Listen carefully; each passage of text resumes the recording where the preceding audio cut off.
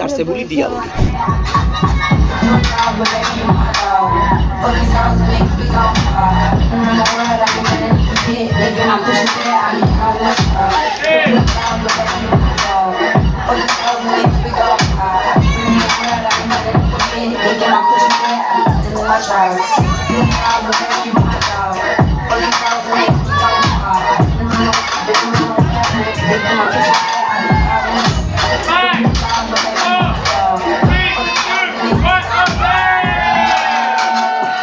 გადახვედი დაარსებინათ იმაზე მეტი ვინც ვერ გადავიდნენ და ვინც ვერ გადახვედი დაარსებინათ იმაზე ნაკლები ვინც გადავიდნენ. უფრო мотивация უნდა მოგიდეთ რომ შემდეგზე უოჭველი გადახვიდეთ. მოკლედ მეგობრებო, მეორეჯერაც იცეკვა მართამ და სამწუხაროდ ვერ გადავიდა შემდეგ ტურში, მაგრამ მომავალ ბეწლსაც გადავიღებთ ხოლმე. შენზეა როგორ გამოიყენებ წაგებას რა? თუ წაგებას ისე მიუდგები რომ ვაიმე დედა წავაგე და ეხა აღარაფერს აღარ გავაკეთებ, მეორეჯერზე უფრო წაგები და თუ წაგებას ისე გამოიყენებ რომ მეორეჯერზე ბევრად უფრო ივარჯიშებ, ხვებს უყურებ და მოინდომებ, ანუ მეორეჯერზე შეიძლება უკეთ იცეკო და მოიგო კიდეც. მოკლედ მართა შებრუნდა ბეწლზე დარჩა, რადგან უყუროს ხვებს, რაც არის სამნიშნელოვანი. რაც შეეხება დღევანდელ დღეს, მე მომეწონა და ზოგადად ესეც რაღაცებზე რომ მივდივარ ხოლმე, სადაც ადამიანები ერთმანეთს ეჯიბრებიან, ჩემთვის ძალიან ინსპირაციულია, იმიტომ რომ ყველა თითქოს თავის მაქსიმუმს ცდილობს. იქნება მომენტები, როდესაც დამარცხდებით, მაგრამ დამარცხება არ ნიშნავს იმას, რომ აღარ გავაგრძელოთ შრომა. იმიტომ რომ შრომით ყველაფერი გამოგვივა. რეალურად, როდესაც